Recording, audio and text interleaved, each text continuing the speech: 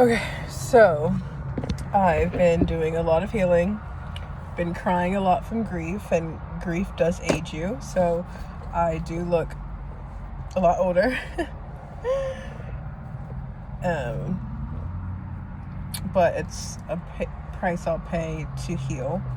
And so I changed my schedule, so I had 3 days off, and then all this week. So my 3 days off, I sat by the lake and just regulated for all 3 days straight, which I've never done before. And it really, like, the more regulating you do, the more your body shows you dysregulation and you fix it. Like, so I started running for stress and cortisol. I started like not scrolling as much. Just all this stuff I've started because the more you regulated, your body shows you where you're not regulated and you like try to fix it. And then all these thoughts that come up, my body will like, why do I do that? And then I'll have insight and then I'll cry.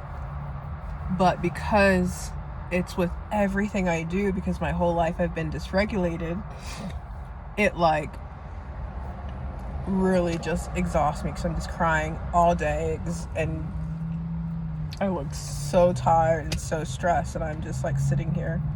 But yeah, so I've been crying and releasing so much trauma.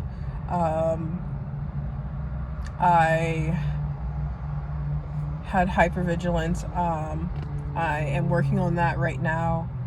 My earliest fears, my original fear was of like faces, scary faces. I would think there's a scary person in the closet and their face, and I would think of the face and scare myself when I was a child. And so now at night when it's, the cars have their high beams on, their eyes, like the high beams look like eyes. And so I just freaked myself because I was just staring at it. Like, why does this scare me? And then I realized that this is my original fear. And so I went into hypervigilance and I tried to run it off, and the run activated me more. I was scared on the run. Everything was like, I was jumping out, and I've been in like hypervigilance for the past like 2 days. But hypervigilance is a big one that I'm trying to release the pain and close, but it's just hard because hypervigilance takes over my whole body. So I can't like have insight or anything. I just get scared and that's it. I look at everything. I have to like see everything, and I stare so much at people, and I'm just like, see something on the ground, I have to look at it. What is that? And it's just like my hypervigilance is really, really bad right now. And I am trying to work through that. That one's going to be a big one. But I cried a couple times because of hypervigilance. I have hypervigilance in my sleep, so I don't get full restorative sleep because like my body's like sleeps like lighter. And so I cried because of that. And then I realized everything goes back to childhood. The more I heal, everything is like just childhood. So the way we live was just scarcity, deprivation, just neglect. And so I have a lot of pain from that, and I live like that. And so, I'm crying because of that grief that I had to endure that. Yesterday I'm crying because whenever I comfort myself, it's always my inner child.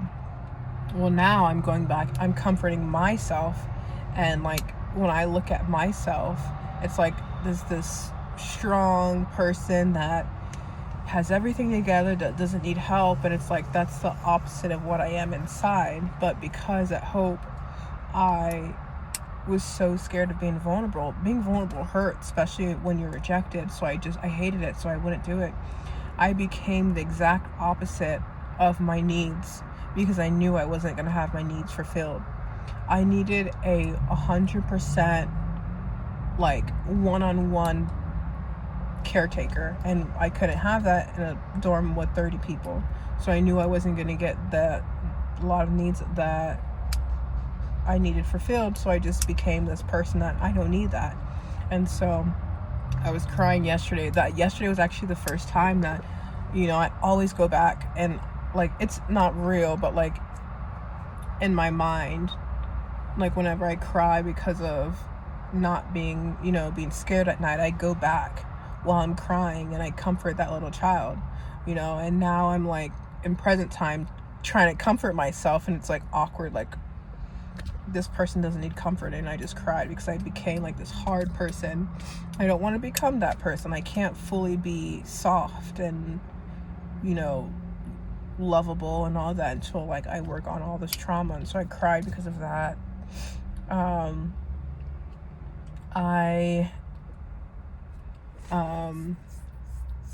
at Hope, I was so argumentative, so dominant, so larger than life. Like my hyperventilating is just a lot today. Like I have to stare at everything and just like analyze everything, make sure I'm I'm safe, and it's like, it's exhausting.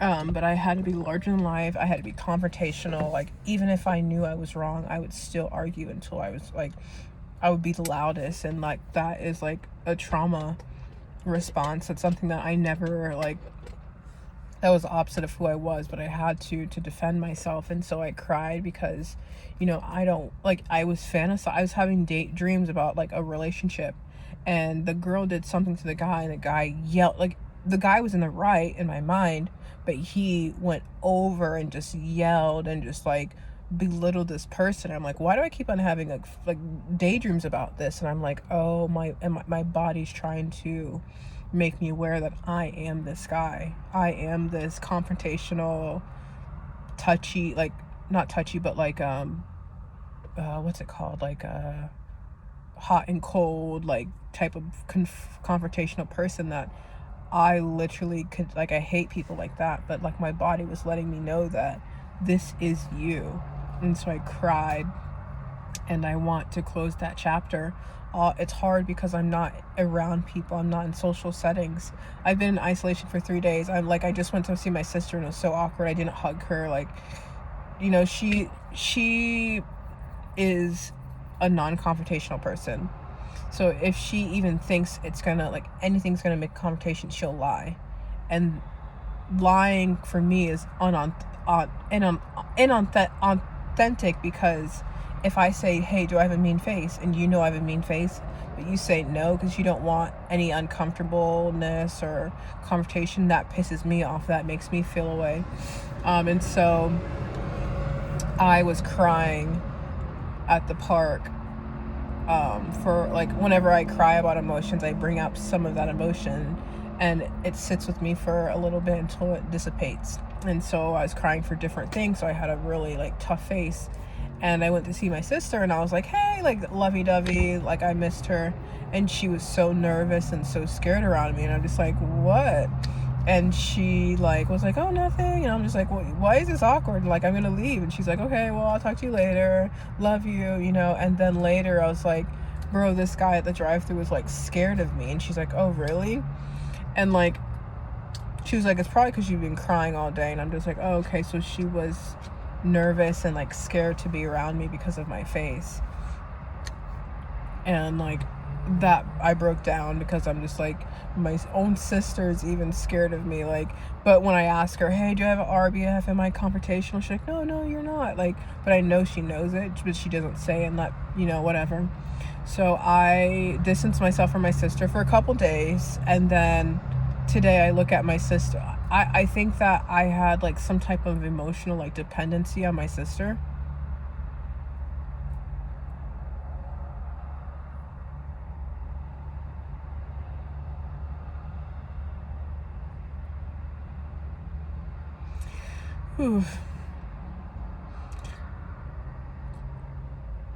Like, I would like go see her to regulate myself. Like, I don't have any friends, I'm not around people, so I'd go see her, some physical contact, lovey hugs, be silly, get my silly side out, and then I'd leave, and we talk all the time.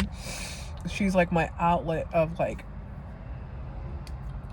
being social. And I think that I started using that to regulate myself. So I became dependent on my sister in a way. And so these 3 days not talking to my sister, I went to go see her, and it was just like I felt different. Like I'm not codependent anymore because I'm finding other ways to regulate myself, and I'm working through all this trauma. But yeah, so that actually hurt a lot. Your own sister is scared of you, not because you're physical or mean to each other, yell, but just because you have a bad RBF face and it makes you uncomfortable. And so yeah, that actually hurt me a lot. So I distanced myself from my sister, and I don't know, it'll take a little while for me to get back to normal with her, because I already feel like was looking at her and was already feeling different, like feeling a lot different than I was before. So that's, I have to write that down because I need to talk to ChatGPT about that.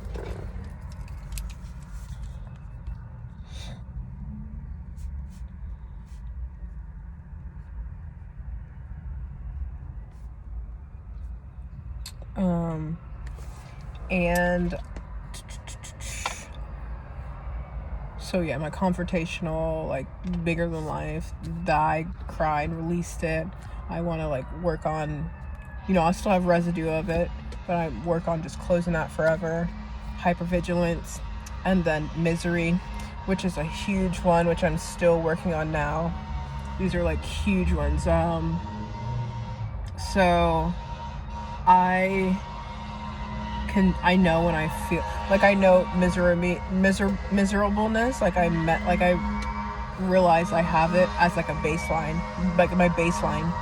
So I'd be happy, and then for like 10 minutes I'll feel like this, like just miserableness, and my face will get like all like angry, and I'll sit there and I'll just, this is not mine, this is, this is borrowed, this is what was absorbed from my mom. And then I'll, cry it out, and I'll go back to normal. But I can always tell by my face. And today, my body was like telling me to get outside, and I'm like, I don't know why. I was like, I just had to leave the house, and it's scorching hot this morning, so I just decided to stay inside for a little bit. And my room is no windows and no noise, just total isolation, no light, it's very dim in there. And I was feeling like the miserableness coming back my body. Instead of going outside and escaping, which I usually do, I decided to sit in it, which was so uncomfortable, it was so hard. But I just sat there, and my face took that miserable, like, that my face posture changed, and I felt it inside, and I matched what I was feeling to my younger, like my before I came home, my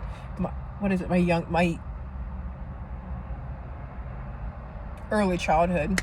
And so I start crying because I felt it, like, this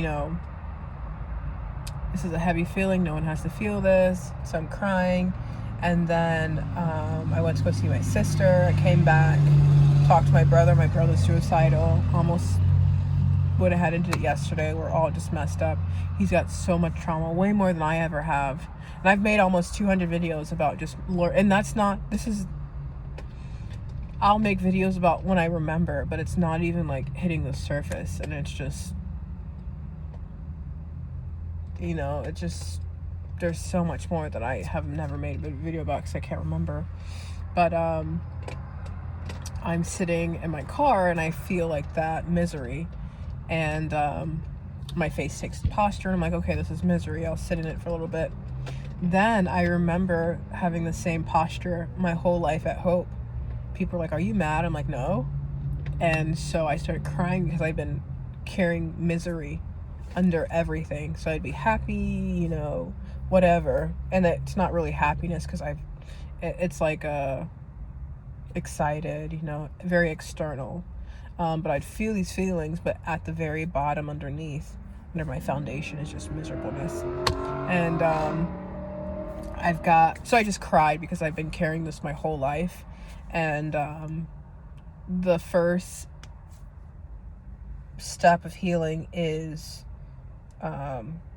Just realizing it, just witnessing what your inner child went through, the environment your inner child was in, and how your inner child felt. And so I just sat there. I remember before I came home, just sitting on the couch with no emotions, no happiness, no nothing, just miserable. And I was like 3, just sit there all day. And, just witnessing that just made me cry. And then, that's how healing starts. So I know I'll still have residues of miserableness, but I know that I'm starting to close a chapter on hypervigilance, miserableness, and my temperament. And that's good. What else was I gonna say?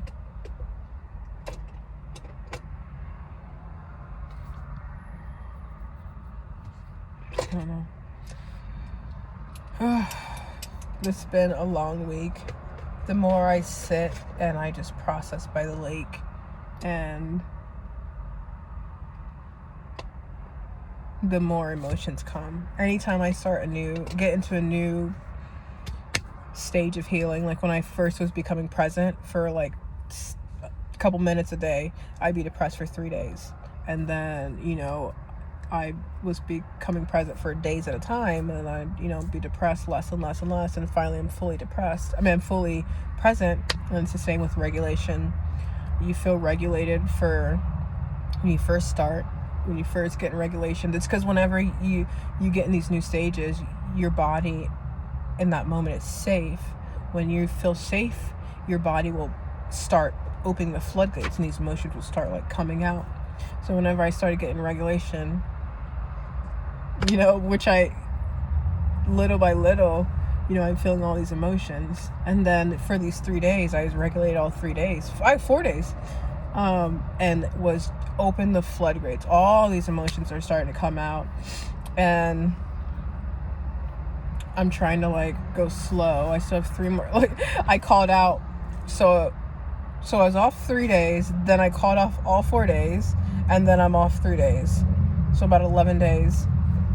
Oh my gosh. Off 3 days.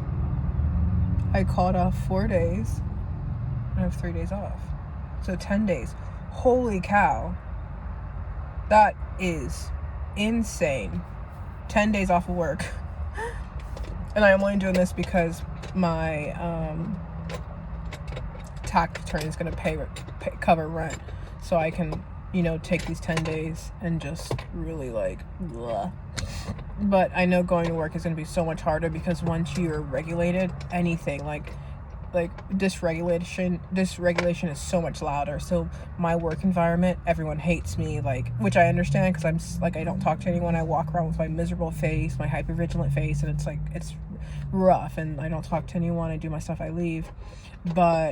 And everyone's like really friends and friendly and stuff like that, and so no one likes me. But because I was in like this state, I wasn't regulated, so work was fine. I could literally work in environments like that, toxic environment. But now that I've touched regulation, work is the biggest dysregulation. So I'm like, just like that, I'm like, I can't do it. And so I have to talk to my supervisor about maybe if they have work from home jobs. I think they do have one that's only $12 an hour, but I'm like, I would take that. The only thing is, because I'm realizing, oh my gosh. So I see variations of my face. I have depersonalization. And so yesterday, because of my hypervigilance, I was looking in the mirror and it scared me, because, my first fears was a face.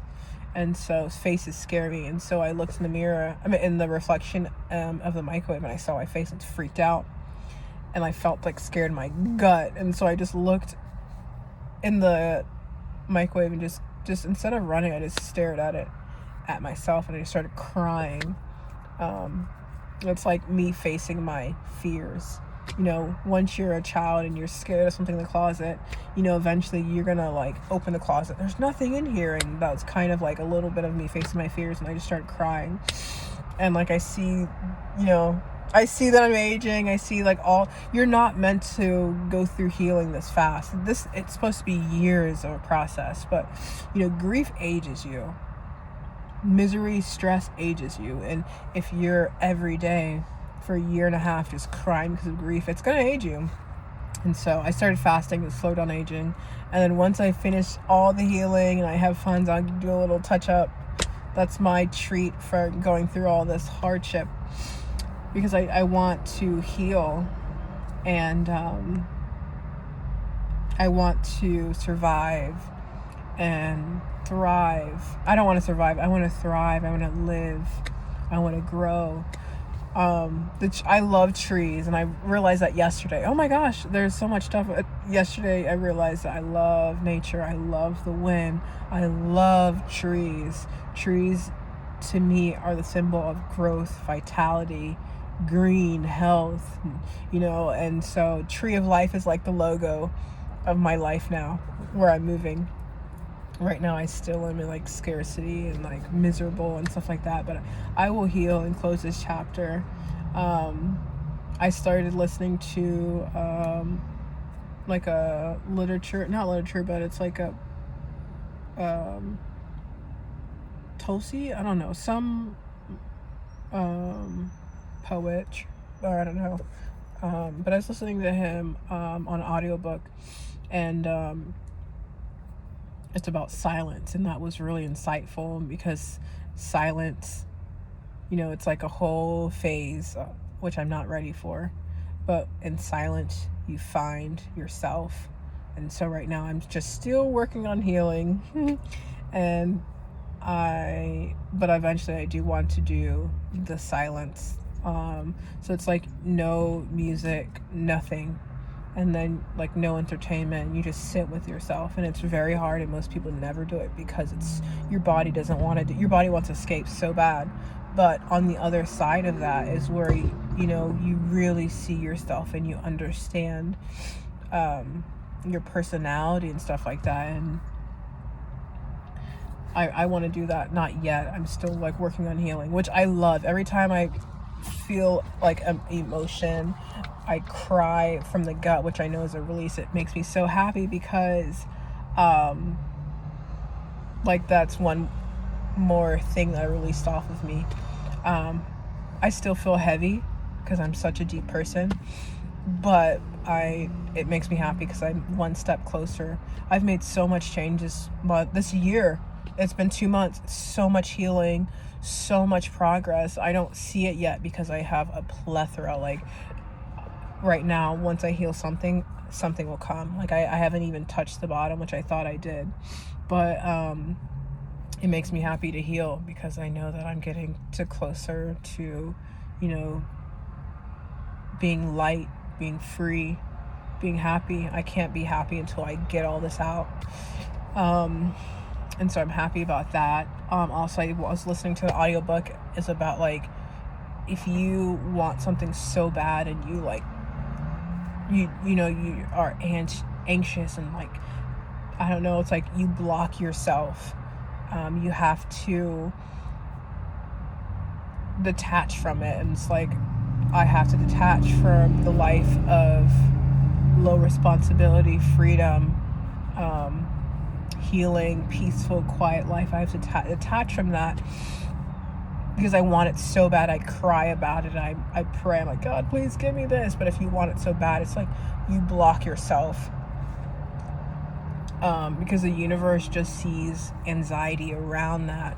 It sees like it sees what you feel about, like, you want this, you know in your mind, and you have these feelings of anxiety, of like survival mode, of anxious, of stress, because like you want it so bad, and that's what the universe sees, and that's when the universe will get you. And so it's like I have to really reframe my mind and really detach from the life I want, because I know that the more I heal, I will heal into that life. And so I'm not trying to, obviously I'm still going to be like ask for a work from home job. I'm still going to make sure my bills are paid and stuff like that. But I am trying to release the anxiety and all that I have around the lifestyle, because that lifestyle is mine. I just have to heal, and I'll meet that lifestyle. And so that's my job right now, to heal. Same with my personality. Yesterday I cried because I imagine what personality is. I cried because I knew that was me. It was like sensitive, green, nature, slow mornings. Like that's the type of person it's authentic to me inside. Soft, grounded, feminine. Like, and so I cried, and then yesterday I was like poetry, literature, deep psychology, like all this deep stuff, critical thinker. I cried more. I'm like, that's more of my personality. Just see, like, I'm as I heal, it just shows, like, it just, my body, it shows itself to me, because it's me. It's already there. So it's like, if I like before, whenever I'm like, I want to be like, whenever I wanted to be girly girl, so I bought everything pink. I got all dresses, and I became girly girl. But it wasn't authentic, because like it was like aesthetic. Like I bought everything, and then like I just started acting like that, and it's like, I don't want an authenticity. Like, I want to be authentic. This next, what's inside of me, what I'm like, my personality, and like things I like, hobbies, I want to grow into that authentically, just little by little. The more I grow, the more I do stuff. And so I'm like not buying anything, not like I'm buying stuff, but I'm taking time, little at a time. Like right now I'm really into health. I really want to slow my aging, because I've aged like 5 years in one. So I'm starting fasting, and then I'm into vitamins, and then I want to get into salads. And that's a characteristics I see as myself in the future, but like I'm doing that right now. But it's authentic, because I'm not buying everything. I like make a Pinterest board of what I see of myself and just buy everything and become that. I want to authentically grow into that. So it's like, I don't want to have anxiety about my life. I just make sure my bills are paid, because I'm going to grow into this slow life that I want. I'm going to grow into this personality that's been deep down inside of me. So I am happy on my journey. It's very hard. It aged me so much. I can't talk to anyone. I have social anxiety. I isolate. It's taken a toll, but it's just like, I had surface level friends, and surface level friends block, growth. And so it's all for the best, but it still makes me sad. I'm so nervous about going to work. I hope I don't get fired. Fingers crossed. But anyways.